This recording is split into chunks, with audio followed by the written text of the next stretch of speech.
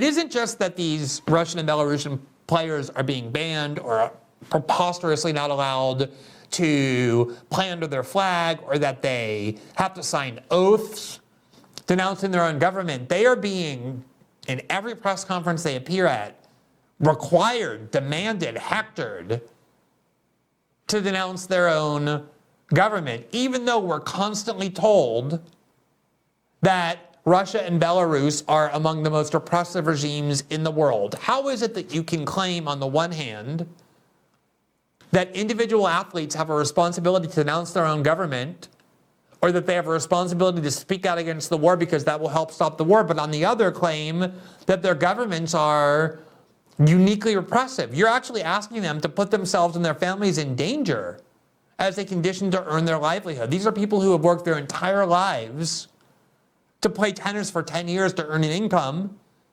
and they're being told by Western institutions and the Western media that they have a singular obligation to denounce their own government in a way that no American player has ever been told, or British player has ever been told, or any Chinese player now is being told for the crimes of their governments. Let me show you a couple of videos in press conferences where two Belarusian women in particular were hectored, essentially, condemned, where they were told they were responsible for their government's actions, and listen to how they responded. So first, this is Victoria Azarenka at the Australian Open in January of 2022. She was a former #1 player. She won the Australian Open twice. She's been at the top of the game for a long time. She's from Belarus. She lives in the United States now. And listen to this journalist trying to demand of her speaking out against her own government. I don't know what you guys want us to do about it. Like, talk about it. I don't know what's the goal here. That is continuously brought up, and these incidents that, in my opinion, have nothing to do with players, but somehow you keep dragging players into it. So, what's the goal here? I think you should ask yourself that question, not me. Just to clarify on that though, does it frustrate you that, particularly last night, for example, there was a clear sort of pro-Russian demonstration happening within the grounds of the tournament, that these people are coming and using the Australian Open as a platform for these kind of demonstrations? Does that frustrate you?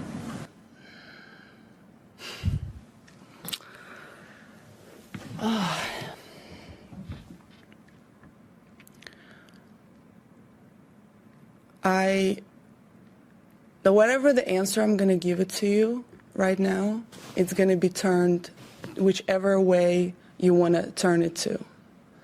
So, does it bother me? What bothers me is there's real things that's going on in the world. And I don't know, are you a politician? Are you? Are you covering politics? No, I'm a sports journalist. Yes, and I'm an athlete, and you're asking me about things that maybe somebody says are in my control, but I don't believe that. So I don't know what you want me to answer. And if it's a provocative question, then you can spin the story however you want. First of all, you can tell this is somebody dealing with the Western press for a long time, because she understands what just utterly immoral, unscrupulous people they are. She's saying, it doesn't matter what I say, you're going to spin your story however you want. You already have your story written and you just want me to feed into it. But can you imagine an American or British athlete being asked to account for their own government's behavior this way? It's essentially telling people that civilians are now morally responsible or ethically responsible for the wars that their governments fight. That was Osama bin Laden's justification for 9/11, and specifically for why 9/11 justifiably, in his view, targeted civilian infrastructure and killed a lot of civilians. He said, because it's not George Bush and Dick Cheney who are doing this. It's the American people who voted for George Bush and Dick Cheney, and not just voted for them in the first place, but re-elected them even after they invaded Iraq and bombed all of these countries. And so civilians bear responsibility for the acts of their government and can be held responsible. That's what this framework is imposing on these players. And in this case, it's even less justifiable. I mean, it's never justifiable to suggest that civilians are responsible for their own government's acts, because the reality is Americans really don't have much say at all, despite the voting, on what their governments do. Just look at Victoria Nuland. She worked at the Clinton administration, and then she was Dick Cheney's primary foreign policy advisor, and then she ran Eastern European affairs and Ukraine under Hillary Clinton and John Kerry's State Department during the Obama administration. And now she's back to running Ukraine under Biden. The only time you get her out of office is when Donald Trump was elected. We showed you Fiona Hill, the speech she gave about how the rest of the world perceives the United States. She's worked in almost every administration, including the Trump administration. There's this permanent continuity of foreign policy no matter who you vote for. But at least in theory, when it comes to democracy, there's some relationship between the acts of the government and the population.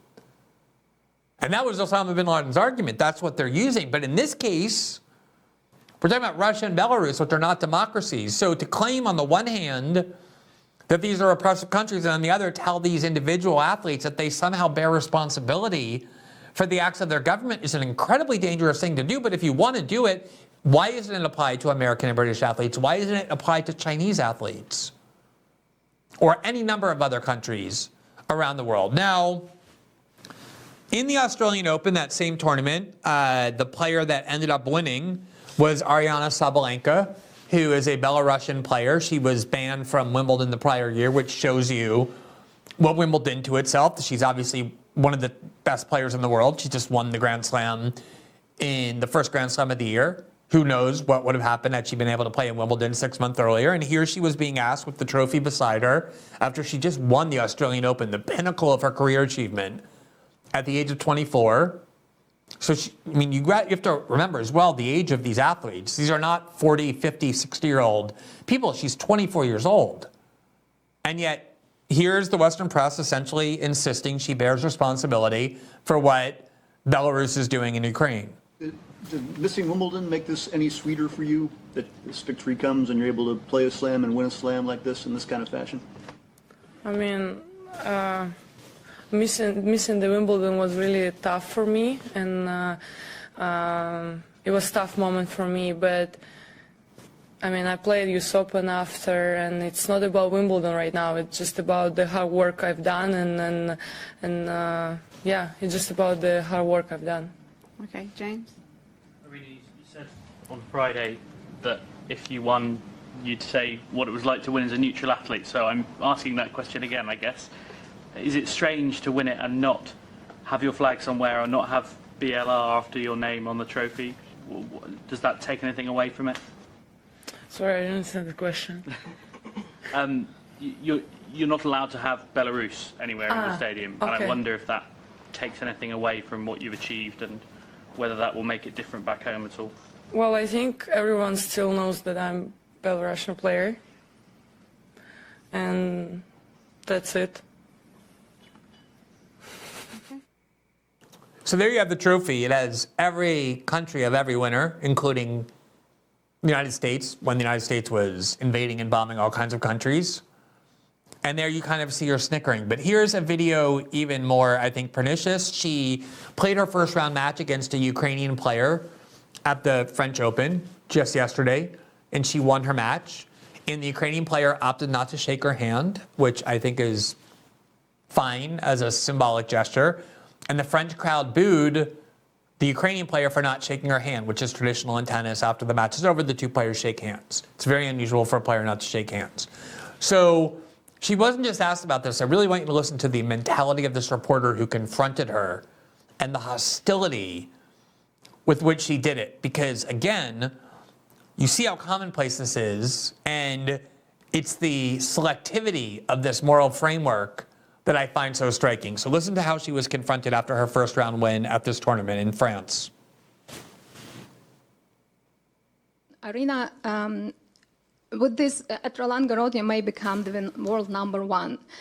As a world number one, you should be a role model. I think you are already a role model for many people, for many tennis players in the world. And as world number one is a very is a very difficult status. And what is your message to the world? And because meanwhile, this situation with Ukrainian players show that you're twisting it as if Ukrainians hate you, but they do not say that they hate you. The only thing they want to know from you is either you condemn the war or you support the war. This is the only thing that Ukrainian players want to hear. And you're avoiding this question. You're coming up with different answers. So you say it's politics, even though missiles launched from Belarus does not choose if it's a politician or a tennis player.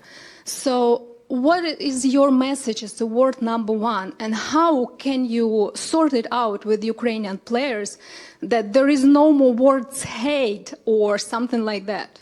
Thank you. First of all, I'm not saying that they are saying they hate me. You did many times. No, but listen, first of all, when I get the question about Ukrainians, they ask me like, so you know that they hate you? Like not personally or politically, they asking the question. So I'm answering the question that if they hate me, like I don't feel anything like that. About the war situation, I said it many, many times. Nobody in this world, Russian athletes or Belarusian athletes, support the war. Nobody. How can we support the war? Nobody. No, normal people will never support it. Why we have to go loud and say that things? That's like, this is like 1 + 1, it's 2, you know? It's of course we don't support war. And if we could affect anyhow the war, like if we could like stop it, we would do it. But unfortunately, it's not in our hands. That's the main question. That's the part about Ukrainians. The secondly, as the world number one, what's my message? Okay, let's get back to the country. I'm from a small country, from Belarus, who was working really hard to get to this level. And this is the message to a lot of young athletes who's from small countries, who don't have enough money, who's just from the small countries, that they can do well in this sport, and that they have to work hard and believe in themselves, and they can do whatever they want to. This is my main message as world number one. And I don't know if I'm a role model for a lot of people, or as I said, there's going to be people who don't like me, there's going to be people who likes me. So I'm focusing on people who likes me and who want me to be the best.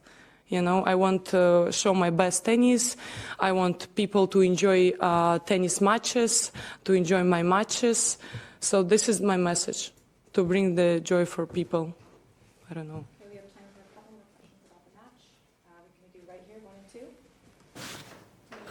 All right, so I think it's pretty striking. I mean, these are pretty eloquent answers, but also I think they illustrate just the absurdity of trying to suggest that these young athletes have responsibility for their government's conduct, for all the reasons that I've said. But I don't actually think it's about any of that. What I think it actually is about is Western media outlets and Western institutions and individual Western citizens know the acts of aggression and the acts of evil their own governments have perpetrated and continue to perpetrate. And when you feel in some way implicated morally or ethically, one of the things you try and do is go around searching for people who you think can be worse, to judge other people, to tell other people that they are worse than you. So I think that's an individual motive, but I think the collective motive is to propagandize all of us just through this continuous repetition, ceremonial repetition, ritualistic repetition, rhetorical repetition. Over and over, we're somehow always told that we are exempt from any of these characterizations, from any of this moral responsibility. The very idea that the phrase war criminal, which is currently officially now applied to Vladimir Putin, could ever be applied to an American leader is just, it's something that just doesn't compute within the framework that has been implanted in our brains. It's just not something that's recognizable. War criminals are for other countries, not for us. It's the same with tyranny and repression. When you look at actual tyranny and actual repression in the United States and all the hallmarks of it, of censorship and the US security state being deployed against dissidents and people being punished without due process, or President Obama proclaiming the right to target for drone assassination American citizens without due process as he did in Yemen. For a lot of people, including people who find those policies anathema to what we're supposed to believe, it's still a bridge too far to say that we are a repressive country or a tyrannical country or have characteristics of despotism, because these are words we're taught since birth to believe cannot apply to us, inherently do not apply to us, and only apply to other countries. And one of the reasons that I highlighted that Fiona Hill speech on Friday, and if you haven't had a chance to see it, I really encourage you to at least read the speech, where her point was, look, I don't agree with it, but the rest of the world is starting to realize that they now have the power to reject American hypocrisy, this idea that the Americans have gone around the world punishing other countries for doing what the United States government constantly does, and sees Ukraine as this opportunity because the US has so weakened itself through this endless drowning in these wars that consume all of our resources and produce nothing. We were in Afghanistan for 20 years only to leave and have the Taliban march right back in. That this is exactly the sort of thing that the world has now come to realize. Only in the United States or in the UK would it make sense, moral sense or intellectual sense or rational sense, for the British or the Americans to call the Russian invasion of Ukraine an unprecedented act of aggression, given the conduct of the United States and the UK for decades now, including very recent history. The very same people who invaded Iraq are calling this invasion of Ukraine a border war, a border dispute, an unprecedented act of aggression. And all of this is constantly designed to reinforce in our minds the fact that we somehow always remain morally superior, no matter what our actions are, no matter how identical that they are. But this new kind of addition, this new layer of this moral framework that says, which necessarily is required to treat these athletes in this way, that it isn't just the Russian government or the Belarusian government that is to be condemned, but the Russian people and the Belarusian people. And this is rhetoric we've been hearing so much of what Russians have in their DNA and that sort of thing. It is a very dangerous framework, because if you are a citizen of the United States, you do not want to be held responsible for the acts of your government. And yet, this is the moral standard that's being imposed. So this seems like a tennis story, or in the case of FIFA, a sports story, and of course, on some level it is. But I think the fact that it seems culturally insignificant, that it seems confined to sports, actually is what makes it so pernicious. That this political messaging infiltrates every single sector of our lives, even when you're not on guard because you think you're listening to tennis discourse or soccer discourse. This messaging is being constantly implanted and reified and fortified. And it comes from almost every angle. And I think that's the reason why it's sometimes worth just stopping and taking a look at something that seems kind of off the beaten path, like a tennis league, or how Athletic League is treating its citizens, to see just how pervasive this propaganda is.